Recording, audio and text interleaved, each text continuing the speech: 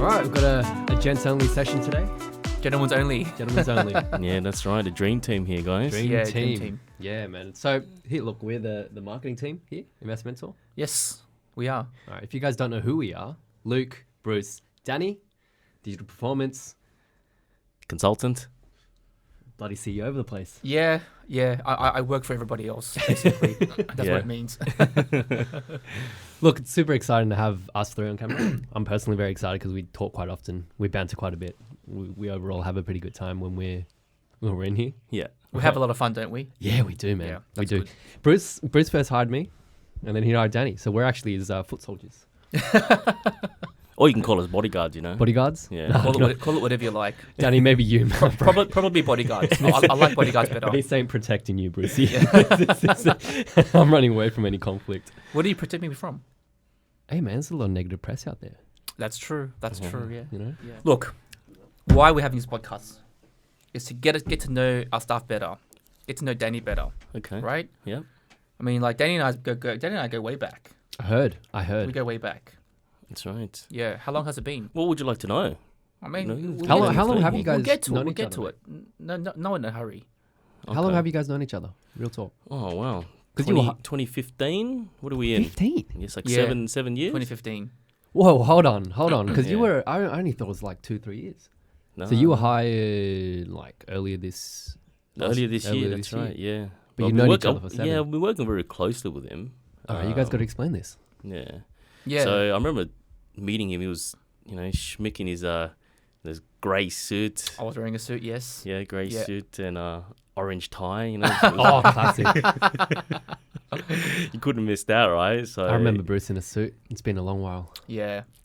How do you feel? Things How do you feel? change, Is it better for you? Do you prefer it? Well, you were wearing a suit too, Danny. Yeah, was I? Yeah, of course you were. Oh yeah, well, I would Absolutely. have been We too, were both in right? suits, yeah. And people couldn't tell the difference between who was Danny and who was Bruce because it was two Asian blokes. Oh yeah, I remember that. People used to call you Bruce and call me Danny. Yeah. Do you guys want to explain that a little bit further? How you guys met? Oh Where it yeah. was? Well, you want to explain that, Danny? Yeah, I can go through a bit of detail. Obviously, we were part of a networking community. Yeah. Whereby you meet each other and you exchange what they call referrals. Just getting to know each other, and then from there, obviously trying to build a chapter and Bruce ran the chapter as president initially in our old office. Correct. We're trying to build it. I remember he was trying to obviously crank up the energy in the room and got everybody to stand up and doing like these stretches, these sort of like stretches to warming everybody up. Yeah. Trying to build the chapter You remember from that? My 17 to goodness. 18 to sort of 20-ish. Yeah. So it was quite a powerful community. You meet a lot of good people there as well. Yeah, that's Yeah. right. I remember that was ages ago, man. Like I don't even remember this anymore. Yeah. Yeah, the stretches. My goodness, how embarrassing! I must have embarrassed you guys. I'm curious, what changed the most? Because you've known him back then, you know him now personally. What changed in Bruce? Oh, dude, like, not much. He's always been genuine. He's always been just that genuine guy that, gets things done. Anything that takes surprised action. you now that you're working with him? Yeah, he's not wearing a suit anymore. Because he used to live in his suit. I used to. But now he's Yeah. lot more I saw the casual. light. Yeah. I saw the light. Yeah. That's right. So what else has changed? I guess in his persona, he's bottom line, he's always been genuine. He's always been authentic. He tells it how it is, and just cuts straight to the chase. So there's no BS working with Bruce, and we were working with each other in that community, in the networking community for quite some time. We're actually part of the building and going from chapter. We were part of the leadership community, for pretty much the entire time we were there. the entire time we were Yeah, there. and that was like from 2015 to like probably just about a year and a half ago. yeah, it's like Yeah. five or So 6 years, 5 years, 6 years straight, every Wednesday, 6:30 a.m. start. Yeah, Remember that? yeah. Oh. And wherever you go, I tell you this I now. hated those early starts. Really hated it. Wherever you go, Yeah. it seems like no matter crowd that you're in, they're always complaining about the breakfast. The breakfast. Everyone complained about the breakfast. Yeah, it was insane. Yeah. Oh, is that not good? Well, I enjoyed the It was a breakfast. sit down. Basically, it was a sit down meeting, right? So think of it as like every week the same group of, 25 to 35 people meet every single week. And we talk about how to do business with each other, how to give each other referrals, how to support each other. Basically, it's like a networking group. But it's not like networking in the traditional sense where you just randomly meet different people. It's the same people every single week. So the good thing about those type of groups is that you end up building really strong relationships with the people in the group because you meet them every single week. That's how Danny and I built a fairly strong relationship. Hence why we're here. If it wasn't for Exactly. that community, wasn't for that network, then I wouldn't have met my friend Brucey here. And I've made like great friends in that group. Not just Danny, but a number of really good friends that I hang out with today. And the good thing about those groups is that because you are seeing each other every week, the relationships can get really strong. But the point was the breakfast, right? So What was that issues with the breakfast? every time we change a venue or whatever, people just keep on complaining about the breakfast. The breakfast was bad. The breakfast was bad. You got to a point where it's like, man, shut the fuck up about the breakfast. We're here to network with each other. Well, I mean, if you're not complaining breakfast. about the people in the networking event, then it means it's a good event. Yeah, Breakfast that's is right. the only negative point of it. exactly. You're doing all right. Exactly. That's good. Exactly. Yeah. So that was when I first entered into the property industry, and it was Now I don't know about your story, right, Danny? So we'll probably get you to talk about your story as well. But I entered that the networking group because I wanted to network with other people. You first enter into a new industry as in a sales type of role. It's hard. It's not easy, and you have to like find your own leads. You have to cold call, and through one of my friends, I found the group, and that was a really good way to build up referrals, build up credibility, and build up trust with other business owners. Yeah. And that's how Dan and I formed the relationship. Yeah, and not only that, like the true value of it as well. It's not only about obviously meeting people is the core of it. Yeah. But it also helps you develop your own skill set in terms of explaining about what you do. I couldn't agree more. To strangers. So give it a bit of context, right? So this group, what you guys would do is essentially pitch. Is it pitching? Yeah. So basically, what happened was you get you go through the whole agenda. The agenda lasts about 2 hours. It goes from 6:30 to 8:30 every Wednesday, right? And so in the agenda, there's a specific time slot where everybody has to stand up and do their 60-second pitch. You have to pitch your business in 60 seconds, Yeah. right? And then it's an awesome way to try to like make yourself known Yeah. or talk about what your value proposition is within 60 seconds. And if you can't finish it within 60 seconds, then they'll tell you to sit down because you have to do it in 60 seconds. Sick. That's right. But Yeah. internally as well, it helps you understand more about your industry. Exactly. And it helps you sort of. And the misconception is though, a lot of people go there and they think they're trying to sell to the room, which is not. It's not about that. Yeah. It's you're obviously explaining about your products and services so that they can go out there and you can tap into their networks and their networks. Right, so it is a long-term strategy, like a long-term relationship building process. But even before the networking group, like inside and outside, there's a lot of small talk that goes on as well. So it helps sort of build up your personal brand, so you can reapply that to other areas of your business as well. So it's quite valuable. I remember you had a killer 60 seconds every week. Your pitch was one of the best. Right? Do you still remember it? Yeah. He must. You got to remember it, man. You must remember it. Do you remember yours? Every week, mine changed every single week. I didn't keep it the same pitch every single week. Yeah. Like, because if you keep it the same one, it gets stale. Yeah, People different hear it over and flavours over every again. week. So every week you got to go in there and you got to try to think of how am I going to change it up today, to kind of like get to give other people either the best value or get the best return on investment of being there. Do you know what I mean? Yeah. Wow. Yeah. It's hard work. It's not easy, right? Like you got to wake up really early in the morning, drive somewhere, meet people.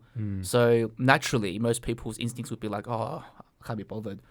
But the benefit about sticking with one thing for such a long period of time and committing to it is that the returns that you get are like almost immeasurable in terms of the relationships you build, the career opportunities that it can give you, the business opportunities it can give you, on top of the extra revenue that you generate from the sales that you make as a result of the business. So most people go there just for making an extra sale or something or whatever, or finding more leads. But what they find is after a while, the relationship they build give them a far bigger return on investment in ways that they didn't actually foresee. Yeah. Yeah. And it also helps with like understanding the true meaning. I didn't really understand the true meaning of accountability until I started actually going to those groups, because it actually helps you stay accountable to yourself, right? Which you can reapply back to your own business, because you have to be there. You got to follow a certain structure, a certain system, which is quite beneficial as well. Yeah. And one of the unique things about the two of us was that we both served as our own chapter presidents at different times, because the presidents get rotated in and out. Yeah. And they get voted in. Yeah. And you serve a term, just like a real president of a country, right? Yeah. You serve a term and then you exit, and then a new one comes in. So we were both voted in as presidents. That's right. So we both had the experience of being in the group as members, Yeah. and being the leaders of those groups as presidents. What does that involve? Being the actual leader? The host. so So you host the meeting. You work with the leadership team. So it does build the skill set required to help with business. Public speaking, especially. Public speaking as well. speaking, Yeah. The funny thing is though, Bruce and I, we were in completely different industries. Yeah. So even though a lot of people went there for the purpose of getting exchange of referrals, the amount of referrals that we passed on To each personally other? was minimal. Minimal. Minimal. Yeah, very minimal. Very probably minimal. I can remember only one verse. Yeah. Yeah, probably. to be honest, there's only one. Yeah. But I had him as a contact and a network, and built the relationship. Okay. Whereas I have my own sort of power groups, and he had his own power groups of people that he would work with, because it was two different industries. But through that, that's how we. This is super that's how we- interesting, right? That's how we 'Cause clicked. coming from marketing, Yep. our network events are horrible. Have you been to any of like just the really bummy ones on LinkedIn where you go and there's like 1,000 people there and you're exchanging cards and Or like a meetup. Meetup groups, stuff like Meetup that. groups, Get a yeah. ton Yeah, of you yeah. get a ton of cards. You had 30 seconds with the guy and you kind of walk off. Oh right, Like right. it's like meaningless. Yeah. Okay. This is the first instance where like Yeah. it genuinely feels like a decent come out with lasting relationships. Yeah. Yeah. Because at the end of the day, like, people want to work with people who they know, like, and trust, That's right. right? And nobody would trust you from a business card. Yeah. Correct. Yeah. Nobody. Yeah, you know, there's no value there as of yet. I mean, I stopped carrying on business cards like literally like probably 4 years ago. Yeah. I didn't even have business cards. Yeah. So if somebody asked me today for a business card, like, I don't have We one. don't. It's So, like, my purpose in having a business card wasn't to advertise myself and telling other people what I do. The purpose of me having a business card so that I can get one in return, right? I can get one in return, and then from there, that's when I try to establish the relationship, give them a call, and obviously meet up, see if we can sort of help each other out, collaborate in some sort of way. So I would never give it out expecting a phone call back, right? I'll give it out and I can get their details, and then I'll follow up after. yeah. One and the other unique thing about Danny and I is that we didn't just attend networking groups, the same networking groups. We also have experience of running our own businesses as well. And obviously today, Investmentor, and Danny's previous past, he also had his own business as well. So there's a lot that Danny and I talk about, and one of the I don't want to give you like a big head or anything, Danny, but one of the reasons why I always wanted to kind of like have you or try to kind of like poach you and to do some sort of collaboration together or business together is because I always really like your work ethic. It's one of the strongest work ethics I've ever seen in anybody. Right. Just by being in the group. Yeah. Because I know that people who, and this is really important, people who stick to one thing and do that one thing extremely well and just practice it day in, day out, no matter how difficult, no matter what the challenge is, those people are rare. Those people are really, really rare to find. And I could see Danny was one of those people, because for someone to every Wednesday get up in the morning, go to that group, do it for 5 years, even when it was looking like things were failing, he'd still do it and not give up. That's really impressive. And not only did he do it, but he was very willing to be the president, to lead the group, to find solutions, to try to fix problems. So Danny and I talked a lot about how we could take that group and expand it and bring in more members, bring in more people. And to be honest with you, being a part of that group has taught me a lot about running a business. Yeah, because A lot, because it's basically it's the same principles as a business. Yeah. Exactly the same principles. It follows Yeah. the same philosophy. Yeah. Right. Accountability. That's right. Systems, process, procedures. Right. Absolutely. Yeah. Yeah. And being a president of that group is just like, it's almost like being a CEO. Mm. You know, there's a lot of stuff that happens, politics, people not getting along with each other. You know, like people complaining about other people, blah, blah, blah. And you have to deal with all of it, right? And you don't even get paid to do it. You're doing it for free. So it's like, why am I doing this? But you do it because of the growth of the experience, of the relationships, the networks. And for people to stick to something like that for a long time is really rare. It's a rare quality that I find. Yeah. Yeah. So yeah, I was obviously getting the experience of the partners that I used to work with as well. Yeah. So obviously they were like mentoring me, and I had a lot of good mentors that I worked with as well, and it was quite some valuable lessons. The way that you know they did things and their philosophies, and I was trying to just to be like, what do you call it? Maybe like a protege, just following best practice of what's out there in terms of what defines success and what defines failure. You know, like what you said in some of your webinars and everything that we do there, Bruce, like, we're not geniuses, yeah, but we just follow best practice. We just follow what other people do in terms of what defines the possibilities in achieving success. Exactly. Yeah. Yeah, I couldn't agree more. I think in the webinar, I think that I run, one of the quotes by Tony Robbins is, if you want to find success, That's right. all you got to do is follow other people who have already found it and just basically replicate whatever they're doing. Yeah. It's the shortest way to find success in anything that you do in life. Oh, yes. But most people tend to try to reinvent the wheel, Yeah. which kind of doesn't work. If it's already there and the blueprint's already set out for you, Yeah. follow the blueprint, right? Yeah. And that's something that I live by. It's like one of my mantras in life. Yeah. Yeah. That's right. I on the topic of obviously learning and following best practices, there's a few ways that you can learn out there. One is the School of Hard Knocks. If you guys have heard of that, the School of Hard Knocks. No, you I guys haven't heard of School of Hard Knocks? no, I Okay, this is a good time to bring it up. What's that about? The School of Hard Knocks is is defined by the experience and the failures that you have in life. Right. The School of Hard Knocks. Sure. Oh, Right, okay. so a lot of people they define the education background as a member or being attended the School of Hard Knocks, right? Which actually means that they've learned by their failures. But that's a very expensive way to learn things. Yeah. Yeah, but some people are quite proud of it. There are some successful people that reclaims themselves to become from the School of Hard Knocks, but best practice, the more cost-effective and cost-efficient way is having a mentor or learning somebody that has already been there, done that. Oh, amen. Well, somebody has to fail first. Yeah. Find another way. That's right. Right. So if you go back to like the original source of learning, Yeah. it's through failure. Yeah, that's So right. somebody had to kind of like stuff up Yeah. on something. Yeah. Otherwise, there'd be no learning at Yeah, all. That's right. right. I can resonate with that because Mm. I think that describes how I've been learning Mm. for most of my life. Yeah. Probably, I've never heard of the term before, Yeah, but it does sound like what I've been doing. Yeah. Yeah. Subconscious graduate, eh? Yeah.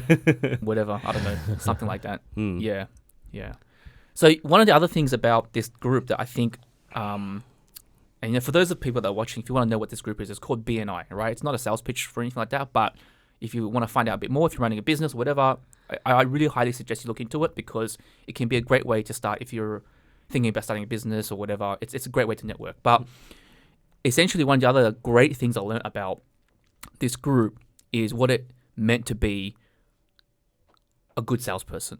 Oh, right. And because I think that a lot of people out there have there's this misconception about what sales is supposed to be, Mm-hmm. right? When you hear the word sales, it's like such a negative term, Yeah. right? It's like the Someone's going to stigma sell around- something to me. They're going to, manipulate me, Yeah. right? It's got all these negative connotations of manipulation, sleazy, scumbag, scam, like this picture of this like, sleazy secondhand car salesman type. And I used to think that way too. Mm-hmm. Before getting into this type of industry, I thought sales was negative, had a bad like connection to the word sales. And then after joining these groups, I realized no, that's not what sales is at all. Sales is a life skill. Mm. It's absolutely a life skill, regardless if you're in sales or not, Mm. right? Because all it really is just how do you actually influence someone? And that doesn't mean you have to sell someone something. It doesn't mean you always have that product to sell. Yeah. Right? Influencing is all about relating to other people, understanding people's needs, and finding solutions. If even in our team environment, in our own company, we're not trying to sell something to each other. Yeah. There's no product I'm selling to you or to you, but I had to sell you to try to get you to work for me. Right? Same thing I did with you, Luke. I had to sell you. Right? So that's a skill that is a life skill that I think that I remember one of the other videos that I did. I said one of the most important skills in life is the ability to communicate. Yes. Right? That's another video that I did. But really, if you peel back the layers, the ability to communicate is really the ability to sell something to somebody. Not necessarily a product, maybe an idea or something. Trying to sell something to your wife to convince her to do something. Like that's sales as well, right? Trying to convince your wife to watch a particular movie. Exactly. So that life skill I think can be applied everywhere. Yeah. And being a part of groups like this and talking to you, because I know that you are a very highly capable salesperson, which is one of the reasons why I hired you. Yeah. Right. And I'd like to hear your perspective on what you think sales is, and maybe give us some pointers on that, because you're one of the best I've met. Okay, so I guess the first, you're right. So I just wanted to touch on that, where you're saying a lot of people have that sort of negative stigma around sales, and the truth is, nobody likes to be sold to. Yeah, nobody really likes to be sold to. Absolutely. Yeah, if you heard somebody talking in the background, I just sold this guy, I just cracked this deal with this guy, I just sold him. Nobody likes that. So you have to understand that. However, everybody loves to buy. Whether it's a bargain, a discount, online shopping, a deal, a package, a cross-sell, would you like fries with that? Everybody loves to buy. So when it comes to sales, it's not about the stigma that Hollywood or the internet has provided, always be closing. It's not about ABC. I know, right? I know. I see it as always be diffusing. Right? Because the more you try to convince and tell people what they should be sold to, the more sales resistance they will have. And you just come off as sleazy or scumbag type of person trying to push, trying to be a product pusher. Yeah. Where in fact you have to be genuine, okay? You have to be authentic, and you have to position yourself as a trusted authority. Being able to understand whether or not there is even a sale to be made in the first part. So try to detach yourself away from whatever it is that you're getting paid for, right? Whether it's commission or incentives or, your salary, whatever it is, detach yourself away, be genuine, talk to them like they're a human being, right? And establish whether or not you can actually help them in the first place. And once you sort of establish that need or that problem that they have, if they've got an itch, right, and you try to scratch it. If there is an itch, but if there's no itch, you let them go, right? Because what you don't want to do as well is, if you're going to product push somebody and force this sort of program or force this sort of product or the service into their position, their situation, there's also buyer's remorse. That's right. Yeah, and people can buy off you, but doesn't mean they're going to have a positive experience. Right? People can buy from you, and then they can either cancel, right? And they can, go back and, decide that they don't want to do anything. They might change their mind, and that's something that you don't want as well, because it affects your personal brand, it affects your company, okay? And it affects the item that you're selling, which can spread. Yeah, it can spread in terms of word of mouth. Now, it can also spread in a good way, where you have raving fans, right? So one person, if they have a problem and if they've got some sort of pain point, and you're able to provide a solution to that particular pain point, okay, then it's a win-win situation. You have to go into that encounter trying to create a win-win situation. That's actually a really good way of putting it, creating a win-win situation. Yeah, win-win situation. So then from there, then, if they like it, if they enjoy it, they experience it, then of course then they go out and they tell their friends, right? And word of mouth is quite powerful, as we all know it. Yeah, I so totally agree with all of that. Essentially, what I kind of got what from basically got from what you just described is that you have to add value, right? You got to add value, and you have to actually have a solution to someone's problem. and from experience, like there's so much stuff out there where people are selling stuff to people, saying that they've got a solution, but they actually haven't. And that's the line. I think because people, when you talk about sales, there's this idea of ethics that come into it. Yeah. Right? Because you can be a really good salesperson and have no ethics, which means you're a scammer, basically. Or you can have really good skills in sales and have great ethics, which means you're a professional. Yeah. That's essentially what the difference is between a professional and a scammer. And a lot of people, unfortunately, can't tell the difference because when they're being sold something, it's the same. It like the tactics that people use is basically the same, right? Because it comes across as a genuine. But how do you? This is a question I have for you, right? Yeah. And maybe something Dali may have the answer for. How do you actually differentiate when the person that's you're talking to, let's just say you want to buy a product. Let's just say I walk into JB Hi-Fi, want to buy a TV, or I go to the car salesperson, I want to buy a car. How do I actually know this guy's being genuine to me? Okay. That's a very good question. Yeah, because I had this problem too. Yeah. When I'm doing, I know I'm genuine. Yeah. How do you transfer that to someone else to make sure the other person knows? Okay. So the truth is, we live in a society whereby a lot of people can go out there, right, and research a lot about your company, okay, because of the digital age that we live in. Yeah. So it wasn't like back then in the 80s or 90s way of selling where they were super, super dependent on that person that they're dealing with. Because now, if they want to check up on the company, JB Hi-Fi or the car they're looking at, most likely they've already had to done their research before they walked into that store. Yes, yes. Most likely. Most likely. Yeah, Yes. not 100%, but most likely before you look for, a TV or an iPod or like an iPhone, you would have already had some sort of review online just to sort of get an idea. So that's the analysis phase. So the analysis phase is already done.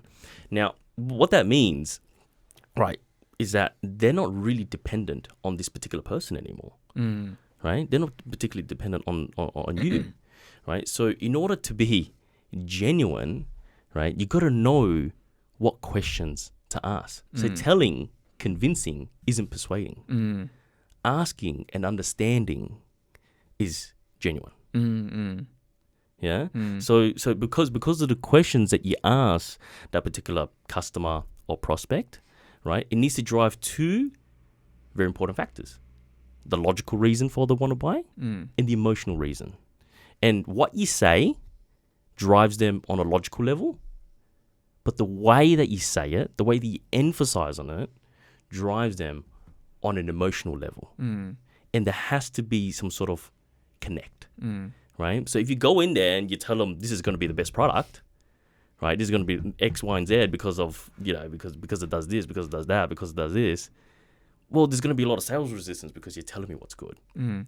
Right? But if I ask the customer exactly what they're looking for, and if the customer starts telling you what they want, what they prefer, how they want the terms, why they want to buy this family car, why they want this program, right? That is the prospect or the customer buying. Yeah. That's them buying. Right? And what you want to hear at the very end in your conversation, not from you, but from the customer, is what's the next step? Like, how do I get started? Right? Because there's no sales resistance. You didn't say, look, this is the way that you should get started. We should do this for you. You should benefit this way. Nobody likes sort of being told what to do, but you can draw that out of them, right, by asking, quite valuable questions and understanding the situation. You come off as again, trusted authority. Well, at that point, you're not selling anything. You're just providing the solution. You're changing for them. their criteria. Well, you're helping them. Right, with the buying decision and not being sold to. Because, like I said, everybody loves to buy. Nobody likes to get sold to, but everybody loves to buy.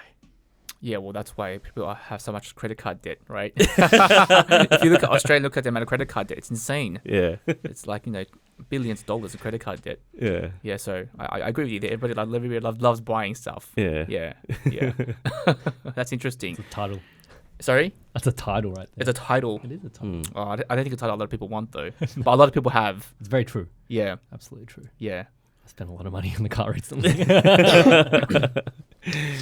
Well, that's really interesting. So, essentially, I don't like being sold to. Mm-hmm. I'm sure most people don't like being sold to. Yeah. But yeah, I agree. I do like buying. Yeah. I do like buying. Yeah, that's right. I like buying if I feel like I'm in control of the buying process. I think right. I think that comes down to that. Yeah, right. that's I don't like someone controlling that process for me. Now, back in the day, Yeah. that control wasn't there because Yeah. we didn't have, all the technology that we have That's these true. days, That's right? true. Didn't have this, so you were Yeah. very reliant on the salesperson. Yeah. But now it's not like that. The control of the sale is really with the customer. It is absolutely in their control, and you have to facilitate. You have to guide that in a very structured manner. Yeah. Right? For them to actually see the value and them to make the decision on their own. Because when they make a decision, there's no objections. Because they made the decision. Right? And you have to facilitate that. But if you make the decision for them, well, they're always going to second guess. Let me think about it. Hold on, let me speak to my wife. Okay? Or, did this may not be the right time. Was that the case with you when you were more on the consultant side, Bruce? When you were actually helping people? Yeah, because I've done my time, but look, I never actually considered myself as a salesperson. I guess that's just me telling myself that. I obviously was selling something because, I've been working in property for a really long time. And, I've sold a lot of property. But to me, it was always about helping people. Like, I never, I was very cautious about, what I sold, the product type, where I sold people in. And if it wasn't the right thing for the right person, then I wouldn't even initiate a sales process with anybody. Yeah. Because it's a big responsibility. It's not the same thing someone walking into a JB Hi-Fi store buying a television. Yeah. Right? It's not even the same thing buying a car. Yeah, that's right. Right? Because, if they buy into the wrong property, it can financially ruin somebody. That's right. Right? So basically, for me personally, I always felt like it was a much larger responsibility than a typical salesperson. Yeah. Right? So for me, it was all about really trying to understand, because very similar to what you said, questioning, but really deep questioning. Yes. Like really deep. You got to go really, really deep. Probing. And not get all sorts of different people, right? Like all sorts of different characters. Some people refuse to answer questions. Yeah. Some people refuse to or answer questions only on a superficial level, but not on a deep level. Yeah. What I can tell you though, for sure, time and time again, is every single time I was successful with the sale, successful with that person becoming a customer of mine, was the times when the conversations went really, really, really deep with somebody, to the point where I became friends with them. That's right. Essentially. Yeah. Because when you have really deep conversation with people, you become friends with them. Yeah. Like it's not a sales process anymore. That's right. And when you become friends with someone, you feel even more responsibility Yeah. for that person. They're no longer just your customer. These people are your friends now. Yeah. And you're not gonna you won't sell your friend into a bad product. That's right. Right? That's You will right. only sell them something that's gonna benefit them. Yeah. If you genuinely think this is going to benefit them, Yeah. you would convince them. It's kind of like how you watch a movie and it's like, oh, I had a great time watching this movie. I'm going to tell my friends about it. Yeah. It's almost that type of mentality now. Yeah. Right? You just want the best for them now. And as long as the product achieves that goal, then you initiate, then my conscience will allow me to actually kind of sell them something, right? And that's the way I kind of approach it with every single customer of mine, with that mentality. So every single time I walked into somebody's home, because I used to drive around all over Sydney, driving to people's homes and doing in-house consultations with people about investing strategy, about this and that. And every single time I used to open the door, like just before opening the door, I would tell myself, Bruce, forget about the sale. Well, I'm not here to sell anyone anything. Just build a friendship. And then whatever happens after that is whatever happens. Because once you allow yourself to build a friendship with someone, or at the very least, build a relationship, like a genuine relationship, right? If you're a good person, if you have good ethics and a good conscience, that's going to stop you from selling someone something that they don't need. It will stop you if you're a good person. Now, if you're a sleazebag, then obviously that doesn't apply, right? Which is why having ethics in sales is such an important thing. It's so important because someone can be a great salesperson without the ethics, and that's when things can turn really, really bad. Yeah, and I've seen it happen. I've seen it happen, and I've made some great friends. through sales. Absolutely, me too. Some of my best friends today. It's through came sales. through my customers. I've made some great friends. I still catch up with them. And I think those are the most rewarding ones. That's right, because they become lifetime companions, and you just see them grow.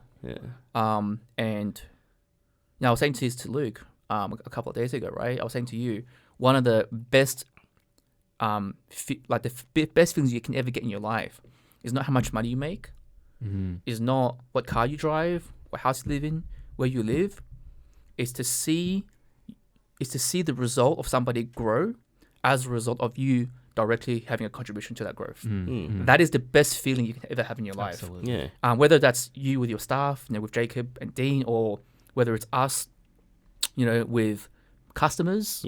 It's the same. It's the same. There's a saying. You can get whatever you want in life. If you can help other people get there. Zig what they Ziglar. want in That's life. the Zig Ziglar saying, Right? right? Zig Ziglar, I read all the sales books that you do.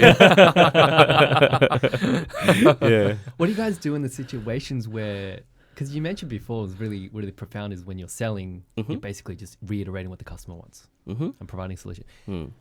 What do you do when you start identifying that, their desires for something, hometown, but whatever it is, isn't the solution for them? Because it's super hard because they're already emotionally committed to whatever they want. How do you flip the switch in that case? So you got to understand from a professional standpoint, right? At the end of the day, the bottom line is that you can't drain blood from a stone. Meaning you can't force something on someone if they truly can't get it. So put it this way. I'll give you an example, right? and I learned this from obviously the studies that I have. We're not alchemists. We're more like sifters. And the difference between that is as an alchemist, right, we change water into wine. Whereas a sifter will actually go through all the dirt, go through all the customers, all the dirt, and they find that one particular diamond, and then they can help that person. For all the dirt, they just let them go. If there's no sale to be made, it's ethical, the most ethical thing, to just let them go. I completely agree with that. You can't change that. You can't 100%. change that. If they don't want it, they can't get it. They're not emotionally, even if they're emotionally attached to it, but on a logical sense, it doesn't make sense. Right? If from a logical standpoint, they either really can't afford it, or they really don't need it, just let them go. Right? And when they are, and this has happened to me before, is sometimes when you do let them go, they understand that you're not just there for the commission or the sale. Exactly. When they're ready, they'll come back. You'll be the first person they call. Correct. This is like something that I've always told myself ever since entering this industry. I remember when I left my previous industry, I was a graphic designer. Didn't have to sell anyone anything. And the whole point of me coming into this industry was to help people. It wasn't to sell people, right? That was the reason why I came into the industry. The first people I ever sold anything to in my life was my own family members. My dad, my uncle, my mum, myself. Myself was the first person because I had to, believe in what I was doing. You need to have true belief in what you're doing. Otherwise, you can't do it. It's just a scam. And all my extended family, they all invested with me. And I'm like, and that to me is not a sale. If you're selling your own family members, your mum, dad, and sister, that's not a sale. You got to truly believe what you're doing is the right thing for them. That's a fair point. For them to actually do it.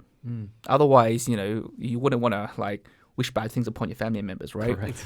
So for me, every single time I initiated a sales process with somebody, right?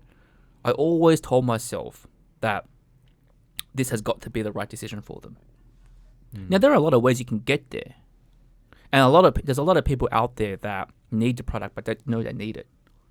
And to me, it's my job to show them why they need it and to show them why it's important that they should be thinking about it. Because I meet a lot of young people today, every day of the week, 25, 26, 27 years old, and all they do is, spend all their money every single week, live off credit card debt, pay the rent, and they don't think 5, 10, 15 years ahead and what's going to happen then.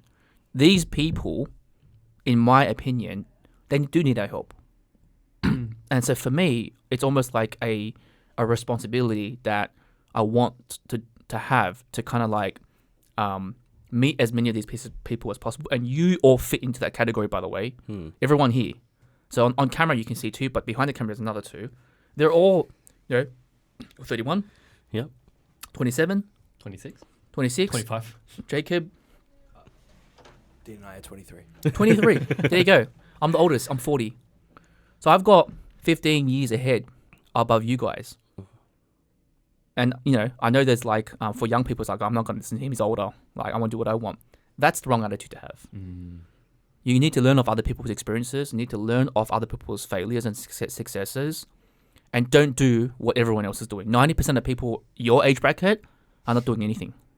They're wasting their lives. And when they hit 50, they're not going to have much to show for it. That's the reality. The statistics prove that as a fact. It's not me making it up. It is a fact in this country that when the average person hits 50 years old, there's very, very little that they have to show for.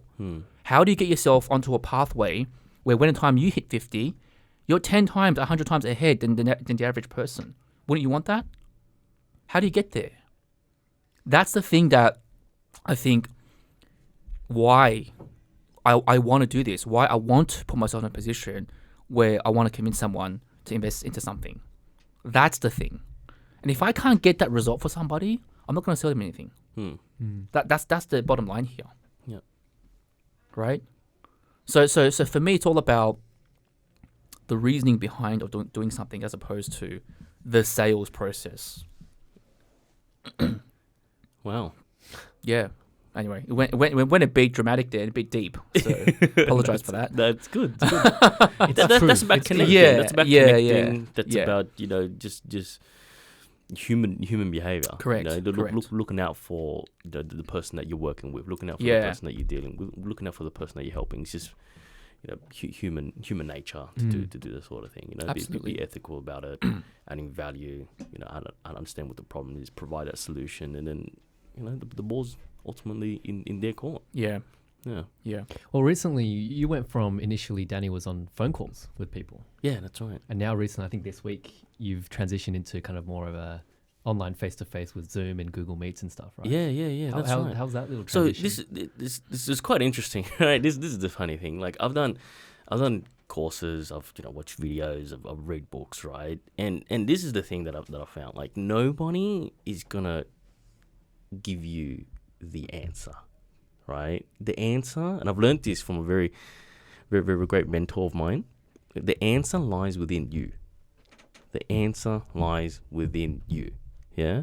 Now, I've paid, whether it's thousands or hundreds of dollars and watching all this free content, but none of that told me that I needed to go face to face with a prospect. None of that.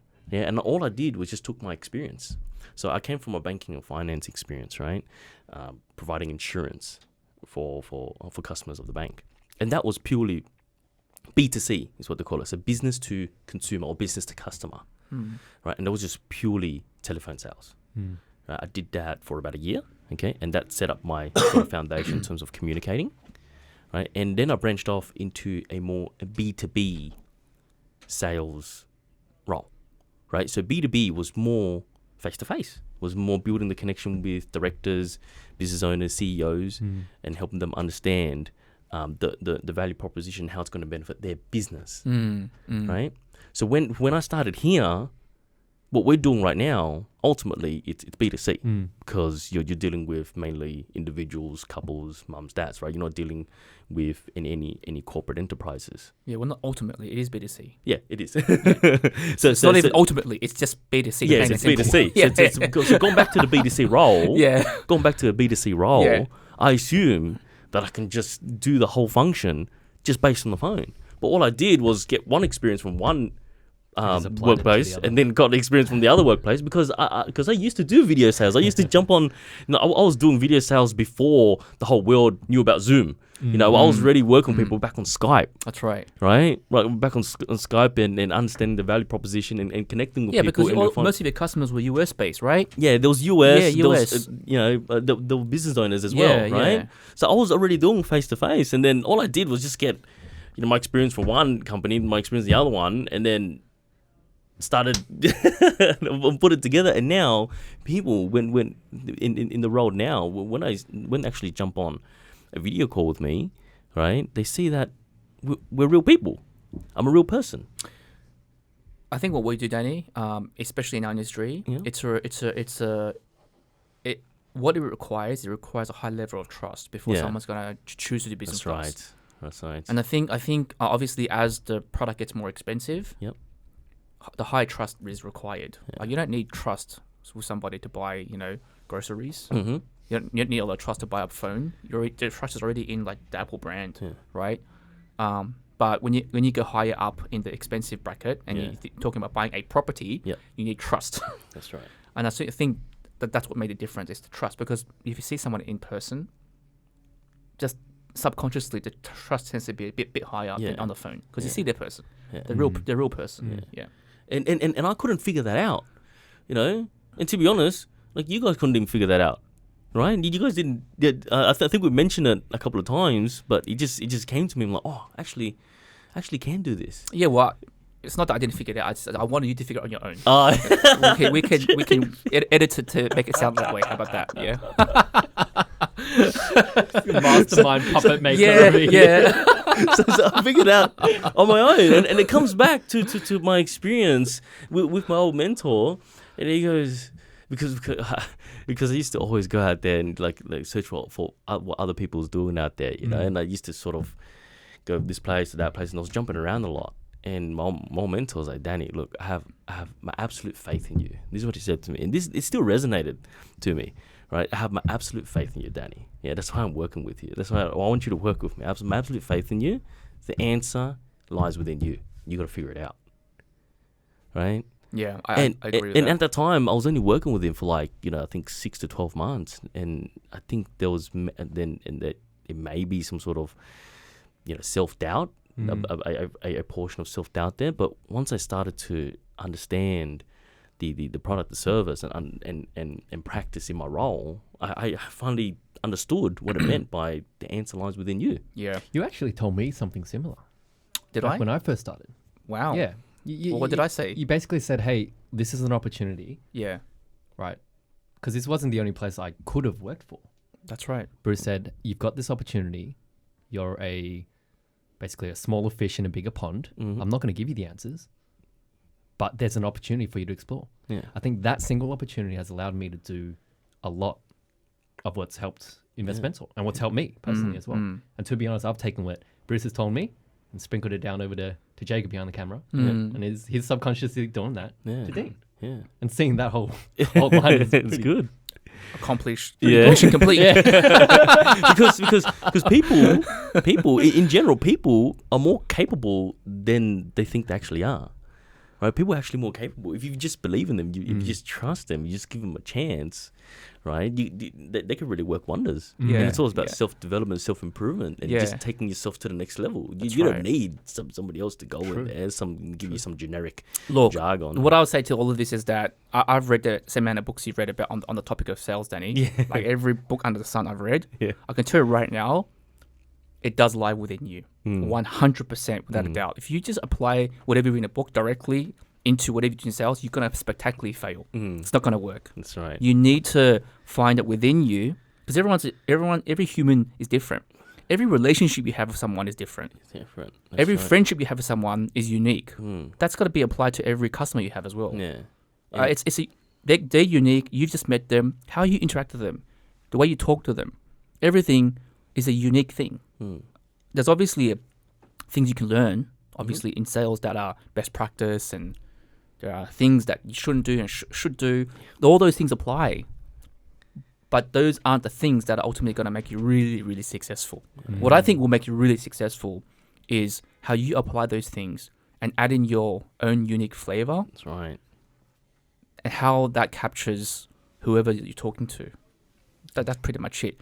And so it's different for everybody. That's why it's a field where some people can do really, really well and others just can't make it. Yeah. It's quite dynamic. It's a very ruthless category. It's quite dynamic. Yeah. It's conversation, it's relationships. 100%. People come from all. We live in a country where people come from all different sorts of backgrounds. Yeah. Cultures, nationalities. Different personalities, right? So you have to try to obviously understand that there is a difference, and there is, we live in a country where it's very, very multicultural, and you have to be able to understand and shapeshift, understand and shapeshift yourself to tailor for that circumstance, for that situation, and no book, video, right, or program out there. It won't prepare you for that. Yeah, it won't prepare you for that. I know you guys are super resourceful in the resources that you guys consume. Okay, given your space, your experience in networking sales, Danny, in particular, what are your top 3 resources that our kind of audience can take away to potentially look at, or something that's helped you kind of realize, hey, this is going to help me?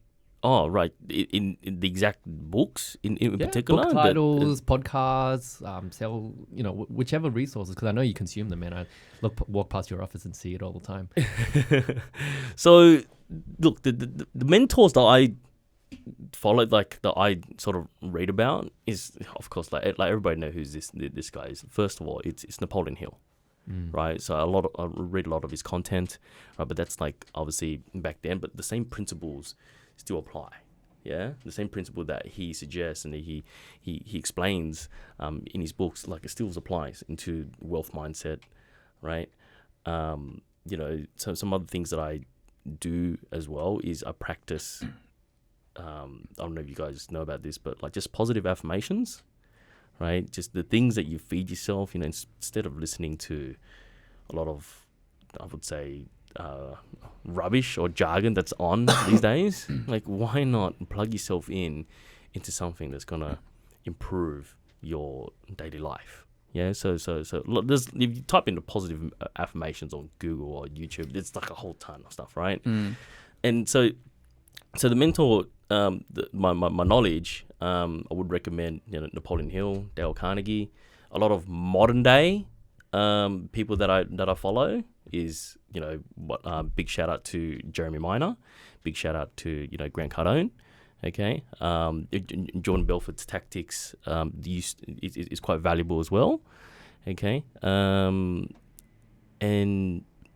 other than that, so I got the knowledge resources, I have the positive affirmations, and I also practice self-help in terms of meditation, right? So that gives me and helps me be on the right mindset, and it helps me just clear out my mind on a day-to-day basis. So put it this way. So what I mean by that is, we all have a particular sort of threshold, or how should I say, it's cloudiness in our mind on a day-to-day basis because of all the thoughts. Because of all the thoughts that we have, and it's all running every day, everywhere.